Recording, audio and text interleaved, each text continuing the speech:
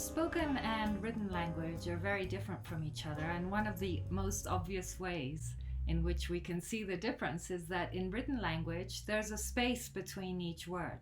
So we know that this is a word and this is another one.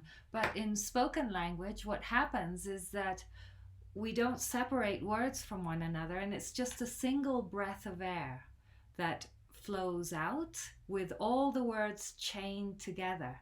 And we only pause when we need to breathe. By the end of this video, you'll know exactly how to link words together in English using catenation, intrusion, elision, and assimilation.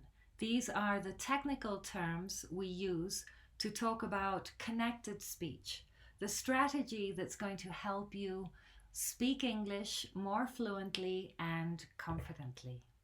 And as a special bonus, I have a free ebook and audio version, which you can pick up right here or down in the description below.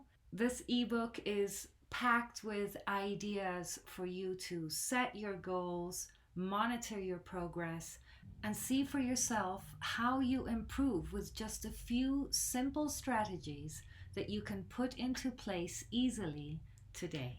If we've never met before, I'm Tanya Meyer, your teacher at the English Practice Center on Facebook, and on this channel I'm sharing interesting topics and simple techniques to help you understand how English works so that you can speak it more confidently and fluently. If you're new here, please subscribe and click the bell to be notified every time I upload new material.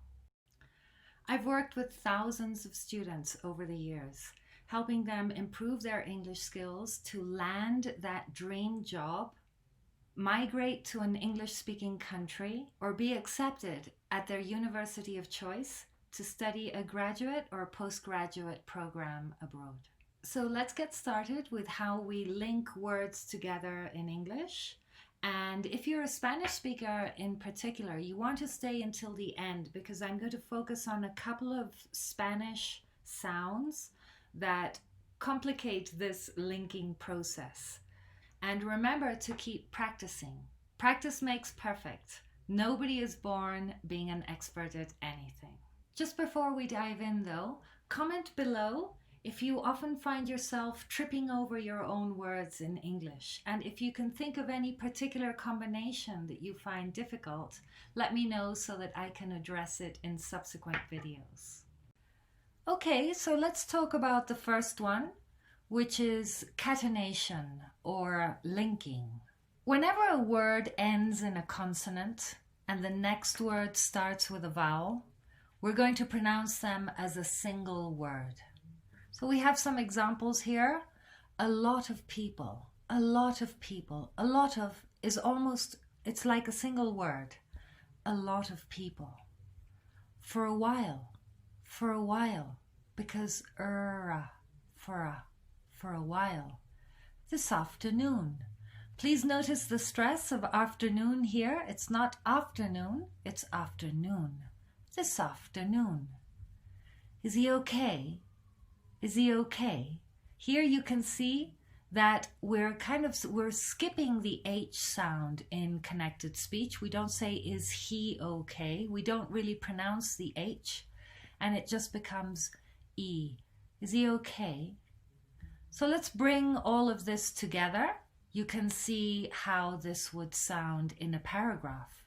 There were a lot of people waiting for a while before the doctor could see him this afternoon.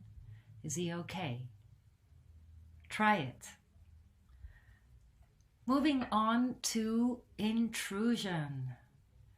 So this is the second way in which we link words together.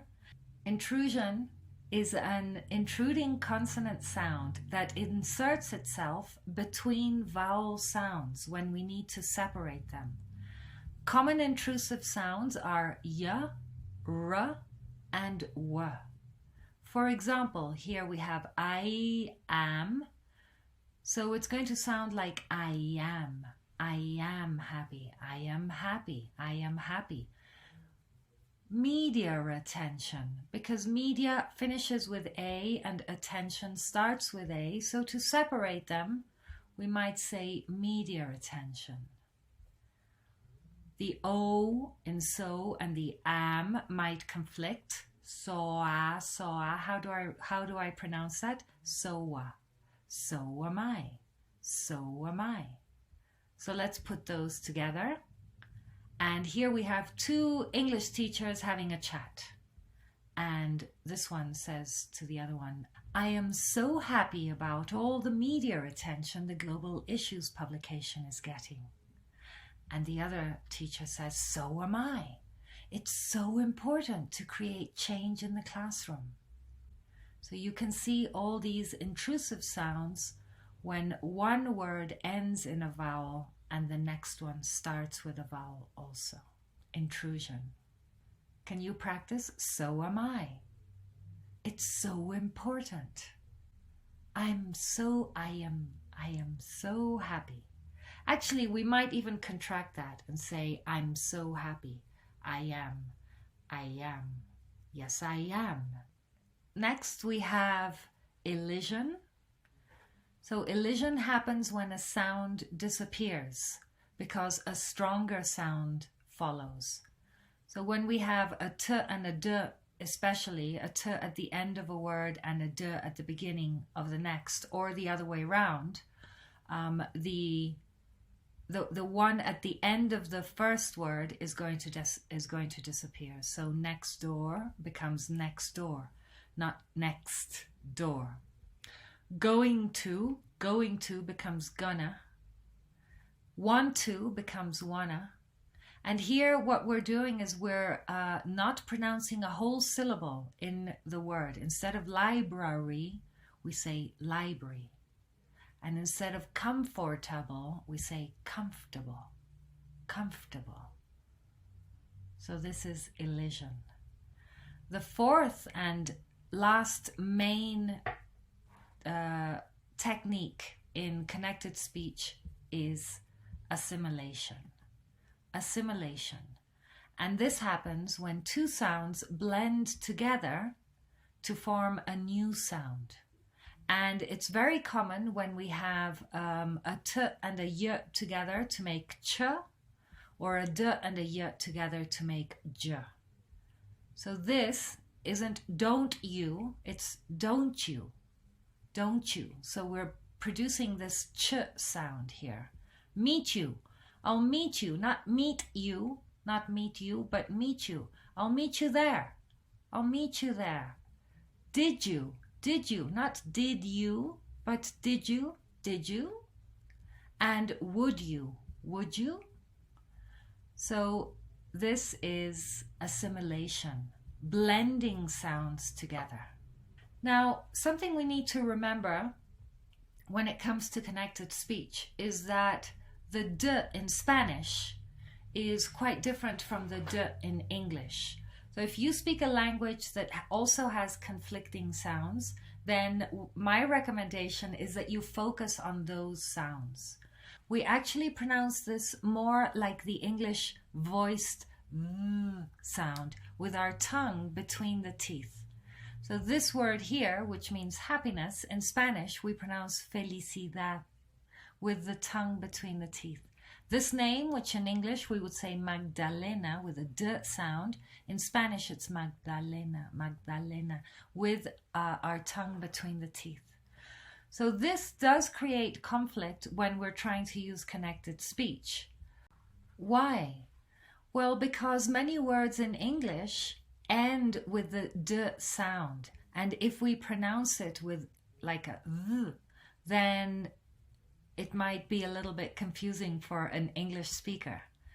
Think, for example, of this phrase, a bad idea, a bad idea. If I pronounce this d like v, it'll sound like a bad idea, a bad idea. And an English-speaking person might go, I'm not sure. Another example is, there's good food at that place. Good food? an English speaker might be confused with that. Fuzat.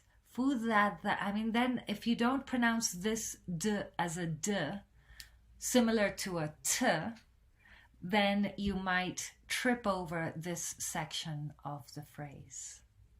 So especially d and th are confusing sounds for Spanish speakers, because in Spanish the d sound is more often than not pronounced th, which is never the case in English.